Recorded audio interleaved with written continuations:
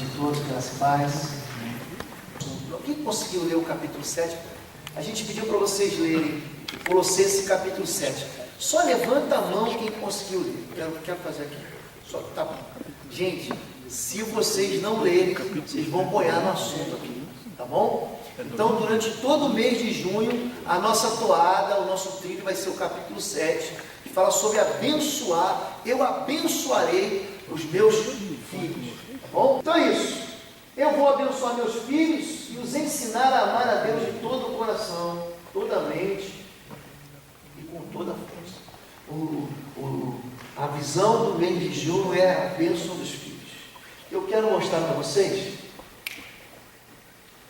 o ciclo da ferida, como é que funciona a ferida no coração dos nossos filhos. Como é que você machuca o seu filho e as gerações de filhos vão sendo destruídos. Mas pode, pastor. Eu hoje estava conversando com um advogado, ele estava contando a quantidade de filhos de homens de Deus na cadeia. E ele puxa assim a relação de nomes. Aí tem um monte de Moisés, Elias, Isaías, Jeremias, Tuías, dentro da prisão, preso, em cana, vira bandido. Pastor, como é que pode isso? Um homem que nasce dentro de um lar de Deus. Você vai ver como é que funciona isso. Há uma geração que amaldiçoa seu pai e que não bendiz a sua mãe. Há uma geração que apura os seus olhos, que apura os seus próprios olhos, mas que nunca foi lavada da sua imundície. Há uma terceira geração, há uma geração cujos olhos são altivos e as suas pálpebras são sempre levantadas. E vem uma quarta geração, há uma geração cujos dentes são espadas e cujas queixadas são facas, para consumir a terra da terra os aflitos e os necessitados dentre os homens. Está em Provérbios 30, de 11 a 14, são 4 gerações, uma vai incubando a outra, e uma vai trazendo sobre a face da terra mais maldição. Uma rejeita o pai, amaldiçoa a mãe, não bendiz a mãe. A outra, ela vem, piora e traz o caos. Vem uma quarta, que então, quando chega a quarta geração, a miséria. Como é que pode? Como é que pode? A gente fica olhando para a vida de Moisés, um homem de Deus. Aí vem Arão, um homem de Deus. Aí vem os filhos de Arão, aí eles morrem diante do altar, queimados por fogo extinto. Vem a geração do homem segundo o coração de Deus, Davi. Aí vem a segunda geração. É uma geração de Salomão. Aí Salomão planta ídolos dentro de Jerusalém. Aí vem uma terceira geração, Roboão. Roboão destrói o reino com uma semana de reinado. Aí vem a quarta geração, pronto. Aí acaba com Israel, vem a ira do Senhor sobre Israel. Vocês vão ver como é que isso acontece. E aí o que eu fiz essa semana? Na segunda-feira eu tirei para jejuar pelos meus netos. E tirei para jejuar pelos meus bisnetos. Gente, eu não sei quem são meus bisnetos. Tem ideia de quem vão ser? Se é menino, se é menina? Não sei. Mas eu fiquei assim com o coração, Deus, eu não sei quem eles são. Mas o Senhor sabe. E eu não vou estar aqui para proteger, para ensinar, mas o Senhor vai estar. Os meus netos, pelo menos, eu espero estar. Mas quando você fala de geração, você tem que se preocupar com isso. Com aquilo que você deixa, o rastro que você deixa. Jesus, ele fala sobre isso. Sobre crescimento. Olha, o reino de Deus é como, o reino de Deus é como uma pequena semente. Você mistura na terra, ela se torna na maior das hortaliças. É como uma mulher que mistura um pouquinho, está lá em Mateus capítulo 13, de fermento na massa, ela leveda, ou seja, existe uma influência naquilo que eu sou, naquilo que você é, naquilo que eu faço, naquilo que você faz, naquilo que nós influenciam nele. Agora, como é que pode acontecer isso? As gerações se perderem. Legalidades não retiradas. Êxodo 20, de 4 a 5, o texto conhecido: não farás para ti imagem de escultura, nem alguma semelhança do que há em cima dos céus, nem embaixo da terra, nem nas águas debaixo da terra. Não te curvarás a elas, nem as servirás, porque eu, o Senhor teu Deus, sou Deus zeloso e visito ali em vermelho a iniquidade dos pais Preste atenção, gente. A iniquidade dos pais, nos filhos, até a terceira e a quarta geração daqueles que não têm. Esse texto continua, que Deus também visita com bondade até a milésima geração daqueles que amam. E já que a gente vai falar sobre abençoar, eu quero começar falando sobre o que você deve fazer para quebrar um ciclo de destruição na sua família. Interessante que o pastor coloca assim, que visita a iniquidade dos pais nos filhos, né? Nos filhos, é isso mesmo. Na pessoa dos filhos. Né? Na pessoa dos filhos. Você vai perceber que tudo tem a ver com o pecado familiar. É o pecado familiar. Papai pecava, porque o vovô pecava, e aí o filho peca, o netinho já está pecando. Há uma visitação espiritual maligna no pecado. Pode passar. Iniquidade, o que é, gente? Distorcer, dobrar, perverter uma verdade ou um princípio. Iniquidade, imagina isso aqui reto, se eu torcesse isso aqui para se adaptar ao que eu penso, ao que eu quero, ao meu pecado. Isso é iniquidade. O Senhor visita a distorção que os pais cometeram através da geração seguinte. Pais corrompidos vão gerar filhos corrompidos. A Bíblia diz que Isaac, filho de Abraão, ele tem um filho chamado Jacó. E esse filho Jacó aprende a distorção com a mãe. Papai está cego, vamos enganar papai. Vamos enganar papai. Ele não vai ver, ninguém vai saber. E aí, Jacó pensa que está sendo esperto. O que acontece com ele? Ele fica 20 anos fora da vontade do pai. Ele sai debaixo da autoridade e aí ele vai ralar. 20 anos, ele só perde 20 anos. Enquanto ele não se conserta com o irmão, ele não cresce. Pode ver isso. Depois que ele se consertou, ele devolveu ao irmão aquilo que era dele, pronto. Aí ele explode, vira milhões, vão para o Egito, viram milhões. É isso que acontece. Não é uma condenação da parte de Deus pelo pecado dos pais. Ah, pastor, meu pai foi lá na quimbanda, foi lá mexer com o ocultismo, então é isso que eu estou sofrendo, é o karma. Não é nada disso. A Bíblia não fala disso, e não há eco na Escritura a respeito disso. É a maneira de se medir as consequências de uma distorção de princípios até que seja quebrada por completo. Pode passar que eu explico melhor. João 9,3, havia um homem cego. Aí os discípulos perguntam assim: quem pecou? Ele ou os pais dele? Aí Jesus deixa claro, nem ele, nem os pais dele. Então Jesus quebra essa razão, essa lógica que estava na cabeça dos discípulos. Ele nasceu cego por quê? Está carregando algum pecado do pai dele? Jeremias 31, 29 e 30 diz: naqueles dias nunca mais dirão, os pais comeram uvas verdes e os dentes dos filhos se embotaram, mas cada um morrerá pela sua iniquidade. De todo homem que comer as uvas verdes, os dentes se embotarão. Ou seja, a responsabilidade é pessoal. Papai era adúltero, mas eu não vou adulterar. Quando você olha para a história de José, o interessante é o seguinte: ele nasce numa casa de maluco. Por quê? Porque Jacó tem 4 mulheres dentro de casa. Não é que ele tinha uma e mais 3 amantes, ele tem 4 mulheres dentro de casa. E as mulheres ficam competindo uma com a outra, para quem vai ser mãe, quem vai ter mais filho. Uma pede mandrágora do filho, em troca o pai se deitar com a outra. É uma bagunça, está todo mundo vendo isso. O que você espera numa casa dessa? Aí, Rúben, vale tudo aqui. Rúben se deita com a concubina do pai. Se deita com Bila. Aí o vizinho Siquém, vale tudo, estupra Tamar, Diná.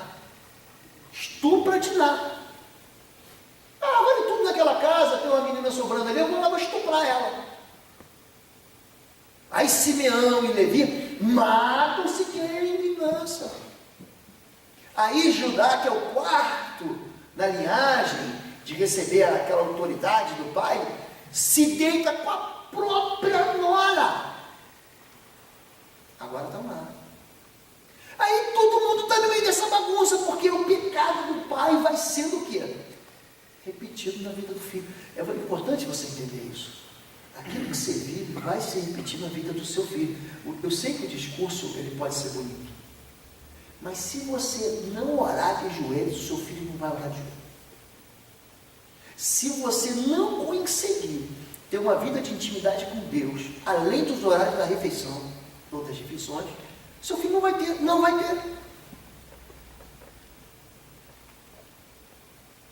Quando José é vendido, integridade.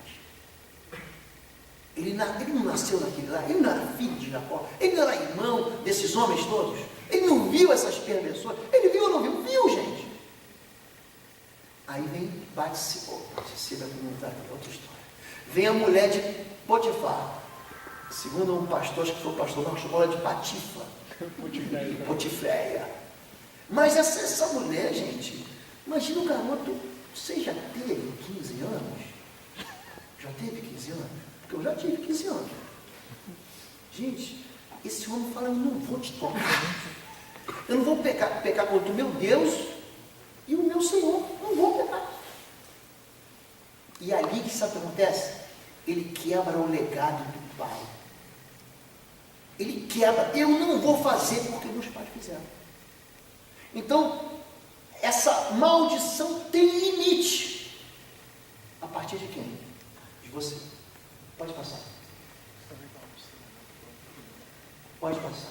Aliás, volta um pouco. Só um detalhe. Os pais não são culpados pelo atual estado dos seus filhos, mas isso não anula o legado paternal. Não anula.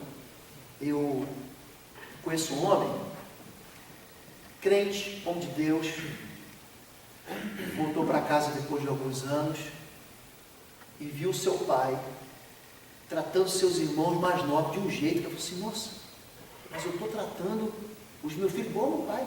E eu detestava isso. Ele ligou para a mulher, ora por mim agora. Ligou para a mulher dele, que eu não quero ficar igual ao meu pai. Porque isso já foi quebrado na minha vida. A responsabilidade é nossa, é sua.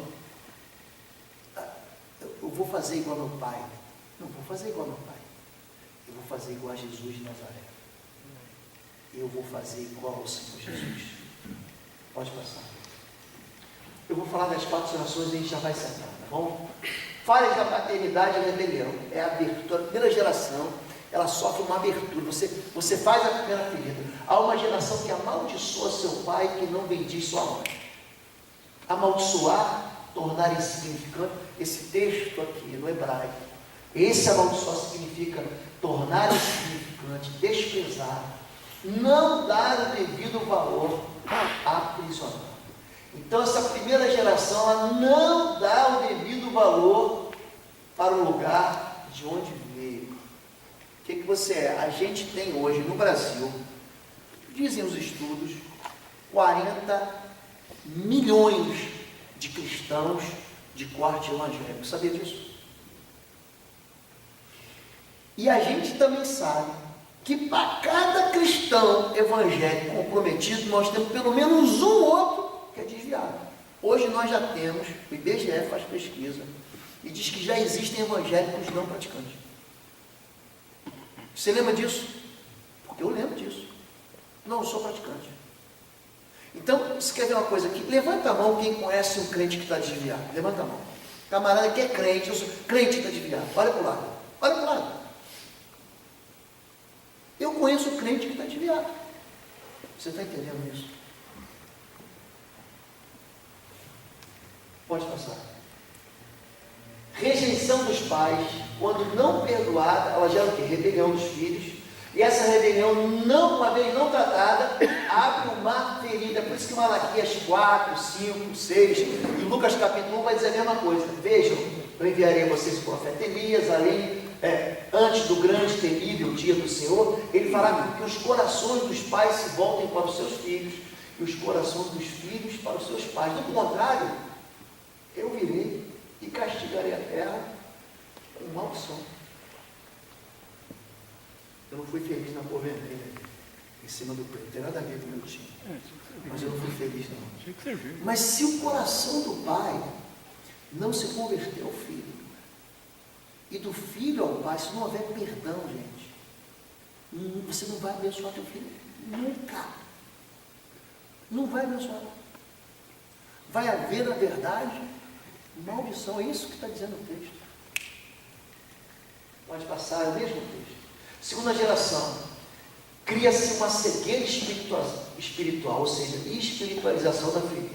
Há uma geração que é pura aos seus olhos, mas que nunca foi lavada da sua imundícia.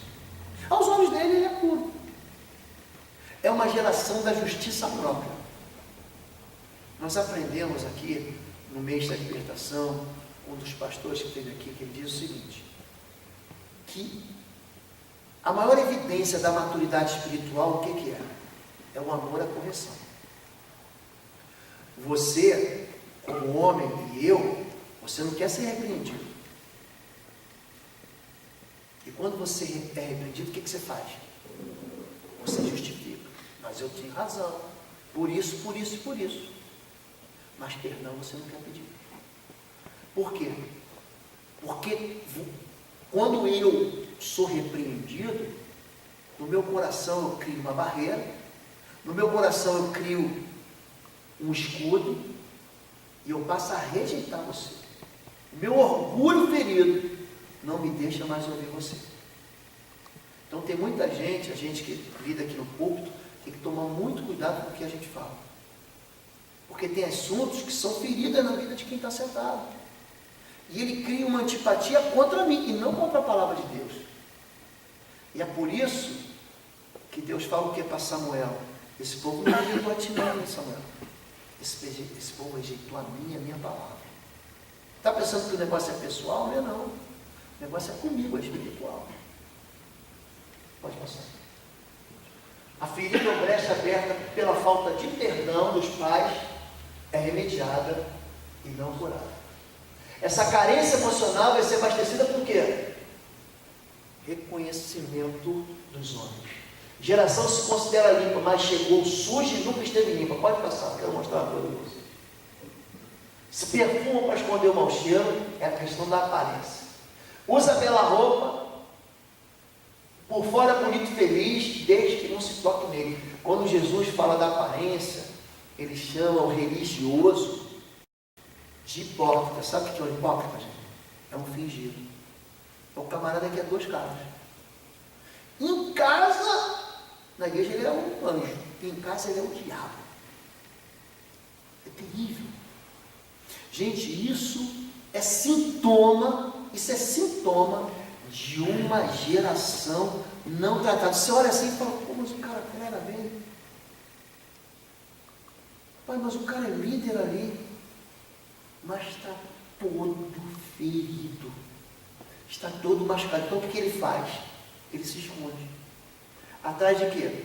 Da justiça própria e atrás da religião. Ai de vós, escribas e fariseus hipócritas, porque sois semelhantes a sepulcros caiados, que por fora realmente parecem formosos, mas interiormente estão cheios de ossos de mortos e de toda a imundícia. Pode passar. Essa cegueira leva à religiosidade. A justiça própria é o maior inimigo do temor de Deus, deixando-nos insensíveis aos nossos pecados, fazendo-nos achar que estamos certos. Hoje de manhã, essa madrugada, eu recebi um telefonema do irmão Jaime. Irmão Jaime, que congrega com a gente aqui. A mãe da esposa dele, a mãe da dona Beth, dona Edna, faleceu essa noite. E o enterro foi de manhã cedinho. E eu fui lá no enterro. E lá no enterro dei uma palavra, tinha um pessoal lá religioso. E aí no final, despedi, fui embora, em torno das 10 da manhã. Uma senhora veio conversar comigo. A primeira coisa que ela falou, eu sou de tal religião. Ela já se escondeu. Ela já botou, não, eu não preciso disso. Eu tenho religião. Essa é uma mentira que tem. Isso é uma mentira que aí a gente passa isso para os nossos filhos. Não é só você ser evangélico. Isso é verdade? Gente, sim ou não? Isso é verdade? Não. Gente, se o homem não tiver se ele não nascer de novo, se ele não for transformado, não adianta ele ser evangélico. Não adianta, você sabe disso. Religiosidade leva a justiça própria. Por que eu vou para o céu? Vou para o céu porque eu sou crente. Vou para o céu porque eu sou evangélico. Vou para o céu porque eu sou batista, católico, metodista. E vai. E não é nada disso. Não é nada disso. Essa é a segunda geração. É uma geração religiosa. A terceira geração. Pode passar. Pode passar. Orgulho e competição. Presta atenção nisso aqui, gente. A compensação da fé. Há uma geração cujos olhos são altivos e as suas pálpebras são sempre levantadas. O que acontece aqui? A agressividade com vistas de manter todos o mais longe possível. Não posso falar com o papai. Ele é violento. Esse assunto a gente não toca aqui em casa. Porque se tocar, o papai vai virar um bicho. Papai fez um monte de bobagem quando era mais novo. Mas agora ele está vestido de religioso. E como ele está vestido de religioso, ele mantém uma capa moral. Então não se toca nesse assunto em casa. Gera competição, uma forma de se sentir aceito e amado através das próprias forças. Eu tenho que ser amado, eu tenho que ser amado, todo mundo tem que me querer, todo mundo tem que gostar de mim, todo mundo tem que me aceitar, eu tenho que ser o primeiro, eu tenho que ser o primeiro. Isso é ferida, gente. Isso é sinal de que ele não crê que Deus já aceitou ele. Isso acontece em ministério, acontece na tua empresa. É gente que bajula o empregado, que tem que estar bem com o chefe, que tem bem com todo mundo. Teu filho está vendo isso. O teu filho está vendo isso. Não tem discernimento nenhum. Ele agrada a todo mundo, sem discernimento. Sentido de manter-se no nível superior ao próximo. Quarta geração, rapidinho. Maledicência e rejeição. A propagação da fé. Aqui, esse homem ferido vai começar a ferir todo mundo que está perto dele. Há uma geração cujos dentes são espadas e cujas queixadas são facas, para consumirem da terra os aflitos e os necessitados da terra. Aquilo que ele falar, a partir daqui, sabe o papai que tem só uma palavra dura? É isso aqui. Não há amor. Ele não consegue comunicar o evangelho com graça. Sabe o que ele faz? Domingo é dia de culto, bora, levanta da cama, está na hora. Mas eu não quero, vai, nem que seja debaixo de vara, não, você vai. E vai ler a Bíblia, vou enfiar a Bíblia, a goela abaixo de você. Sabe o que acontece? Em vez de teu filho amar a Deus, ela vai odiar. Ela vai odiar Deus. Ela vai chegar no ponto assim, eu não quero ser crente. O que me afastava da palavra era isso, exatamente isso. Pronto, está aqui o exemplo do irmão. Vocês estão entendendo isso? Comunicar com graça. Pode passar. Aliás, voltem. Eu me lembro da primeira semana da Páscoa, uma das primeiras semanas da Páscoa que eu convivi com o Evangelho. Não, porque o ovo de chocolate é do diabo. Porque o coelho da Páscoa é símbolo da fertilidade pagã. Aí todo mundo come ovo de chocolate. Aí, frustrado, do filho do quem que não pode comer ovo de chocolate, porque é uma besteira. Parece que o coelho da Páscoa pegou, Deus botou dentro do bolso. Sou eu. É isso, gente. É isso, gente. Isso é verdade, gente. Um monte de doutrina de internet. Não está na Bíblia isso. Não, pesquisei na internet. Que isso, gente? Você cria um filho que não quer saber de ser crente. Eu tinha um irmão que na igreja do camarada não televisão era do diabo. Aí não tinha televisão em casa. Mas sabe o que ele fazia? O diabo na minha casa. Eu vou para casa do irmão. Ia para casa do irmão. Vamos ver. Aí ficava na televisão o dia inteiro. Oh, quero sair, bora. Não, deixa eu só terminar aqui o programa. Vocês estão entendendo como isso funciona, gente? Há uma geração cujos dentes são espadas e cujas queixadas são facas. Para terminar, obtém sucesso no clima de competição diz o meu próximo. Eu sou melhor, eu sou apenas o máximo. Não existe isso. Cada golfinho escalar, macaco nada, gente. Cada um tem um lugar, cada um é de um jeito. Não existe isso de competição. Competição é uma bobagem. Como um vírus, os demônios parasitas, incubou numa geração, incubou noutra geração, incubou numa geração, que se alimentaram da falta de perdão, agora podem replicar. Aí, sabe aquela pessoa que se intragável? Gente, isso é Bíblia. A Bíblia está falando que isso pode acontecer na nossa vida. E esse mês agora de junho, eu não vou falar sobre maldição. Nós vamos falar sobre eu abençoarei os meus filhos. Semana que vem, pastor Henrique vai pregar sobre bênção sobre a família. Na outra terça-feira, o pastor Marco vai pregar sobre bênção na vida dos filhos. Porque isso, gente, é aprendido. E você precisa entender que tudo aquilo que a gente produz, o seu filho, ele vai ser, mas pastor, meu filho já está grande. Dá para recuperar? Dá. Dá para ganhar de novo? Dá. Pastor, eu nem casado não sou. Então aprenda agora. Porque você vai ter filho. E quando você tiver filho, você vai aprender a comunicar Deus com amor e com graça. E não debaixo de vara. Pode passar, eu tenho aqui. Pode passar. Aqui eu tenho 3 perguntas. Comunico a verdade com graça ou com insuportável religiosidade? Não, mas está escrito para mim. Tudo é a Bíblia. Tudo é graça ou é religiosidade insuportável? 2. Tem um comportamento distinto na igreja, em casa? E 3. Ensina os filhos a amarem ou a odiarem